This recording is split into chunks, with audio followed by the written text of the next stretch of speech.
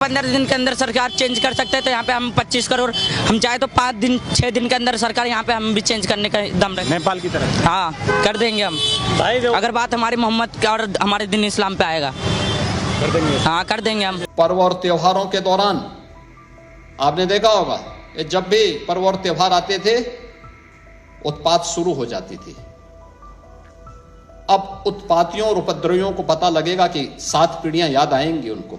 हिंसा करते हुए सोच रहे थे कि हिंसा के बाद इसका आरोप जैन जी पर थोप देंगे, लेकिन पुलिस ने कार्रवाई की और नाम मुल्ला जी का आ गया। एक बैनर 3 शब्द आई लव मोहम्मद, ये 3 शब्द एक ऐसी आग का कारण बने जिसने पूरे देश को अपनी चपेट में ले लिया। लेकिन क्या ये धार्मिक भावनाओं की अभिव्यक्ति थी या फिर एक सुनियोजित साजिश का हिस्सा? आखिर 1450 साल बाद अरब के मुसलमानों को मोहम्मद की याद नहीं आई और यहाँ भारत में उसके दीवाने सड़कों पर पोस्टर लेकर खड़े हो गए। तालिबान जो हिंसा के बल पर इस्लाम के नाम पर सत्ता पर काबिज हुआ, उन्हें भी मोहम्मद से कितना प्यार है, वो कभी बैनर लेकर खड़े नहीं हुए। लेकिन क्या भारत में ये मजहब विवाद, हिंसा और इस्लामोफोबिया पर अंटिका है? नमस्कार, मैं राजीव चौधरी। पहले एक विवाद को जन्म दो, जब उस विवाद के विरोध में कोई आवाज़ उठाए तो फिर भावनाएं आहत कहकर हिंसा, आगजनी, दंगा, लूट पाट करो, और जब शासन शक्ति से निपटे तो महिलाओं और बच्चों को आगे कर दो, और इसके बाद दुनिया में इस्लामोफोबिया का ढोल बजाओ। शायद भारत में मजहब की परिभाषा यही बन चुकी है। सब कुछ शुरू हुआ था कानपुर से। बरावफात के मौके पर यह मोहम्मद के बैनर विवादों के घेरे में आ गया। पुलिस ने दर्ज की एक FIR और फिर क्या था, मामला जंगल की आग की तरह फैल गया। लखनऊ, बरेली, नागपुर, काशीपुर, हैदराबाद, देश के कोने कोने में इसने तूफान खड़ा कर दिया कि हमें मोहम्मद से प्यार नहीं करने दे रहे हैं। मोहम्मद से प्यार करने से रोक कौन रहा है? जितना चाहो प्यार करो, पर यह प्यार का कौन सा तरीका है कि सड़कों पर आओगे, हिंसा करोगे, चौराहों पर आओगे, दंगा करोगे और हिंसा उपद्रव करके प्यार जताओगे? बहरहाल कहानी कानपुर से ख़त्म नहीं होती। ये तो सिर्फ एक शुरुआत भर थी। जब ये आग बरेली पहुंची तो हालात इतने गंभीर हो गए कि पुलिस को सख्त कार्रवाई करनी पड़ी।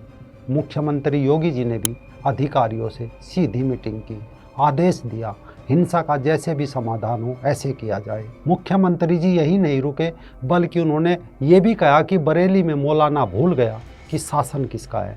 हो मौलाना भूल गया कि शासन किसका है। वो ये मानता था धमकी देंगे और हम जबरदस्ती जाम कर देंगे।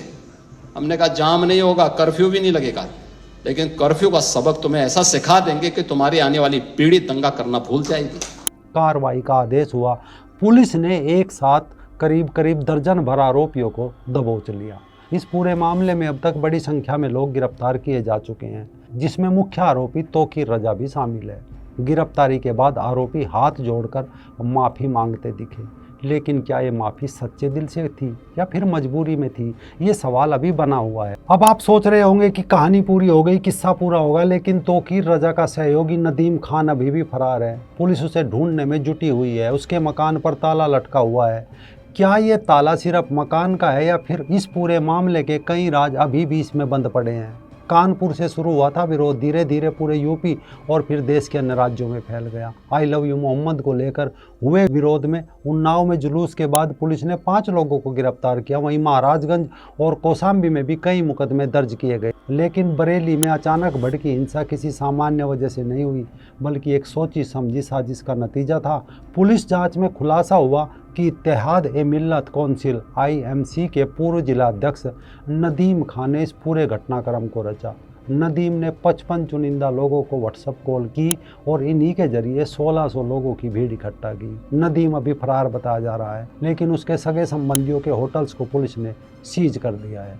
अब पुलिस की पूछताछ में भी एक बड़ा खुलासा हुआ है कि हिंसा की साजिश CAA NRC के विरोध प्रदर्शनों की तर्ज पर रची गई थी। उस दौरान जैसे नाबालिग और महिलाओं को आगे किया गया था, ठीक वैसे इस बार भी नाबालिगों को भीड़ का चेहरा बनाने का प्लान था। ये लोग पहले खलील स्कूल तिराहे, फिर श्यामगंज में माहौल बिगाड़ने में सक्रिय दिखे। आखिर ऐसा करके नाबालिग बच्चों को ढाल बनाकर नेपाल की तरह से जैन जी का आंदोलन बनाना चाहते थे, लेकिन ऐसा नहीं हुआ। पुलिस ने कार्रवाई करते हुए बता दिया कि ये जैन जी का नहीं, बल्कि ये मौलाना जी का आंदोलन है। तौकीर रजा द्वारा मस्जिदों से तकरीरें की गई थी, जैसे हमेशा की जाती थी। कहा गया हम राष्ट्रपति को ज्ञापन देंगे, लेकिन क्या राष्ट्रपति को ज्ञापन हजारों की भीड़ जोड़कर और जुम्मे की नमाज में दिया जाता है? कुछ भी हो, हिंसा के बाद जब पुलिस ने मौलाना तौकीर रजा खां का आपराधिक इतिहास खंगालना शुरू किया तो चौंकाने वाली जानकारी सामने आई। पता चला 1982 से लेकर 2000 तक उसके खिलाफ 5 से अधिक मुकदमे दर्ज है और बहुत सारे मुकदमों की तो फाइल ही अदालत से गायब हो गई। पता चला कि मौलाना तौकीर रजा पर पहला मुकदमा 1982 में कोतवाली थाने में दर्ज हुआ था। उस पर दंगे सहित कई गंभीर धाराओं में केस बने। इसके बाद 87 से लेकर 2000 तक अलग अलग मामलों में 4 मुकदमे और दर्ज हुए। इनमें आपराधिक विश्वासघात, महिलाओं से दुष्कर्म की नीयत से हमले, दंगे, मारपीट जैसे गंभीर आरोप शामिल थे।